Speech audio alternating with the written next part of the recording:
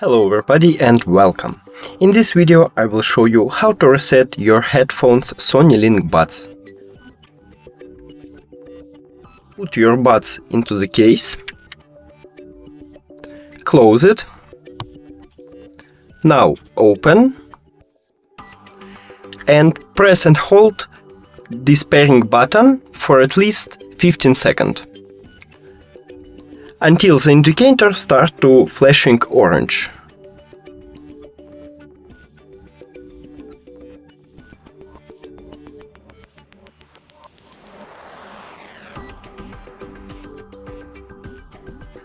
When it happens, wait for 4 green flashes.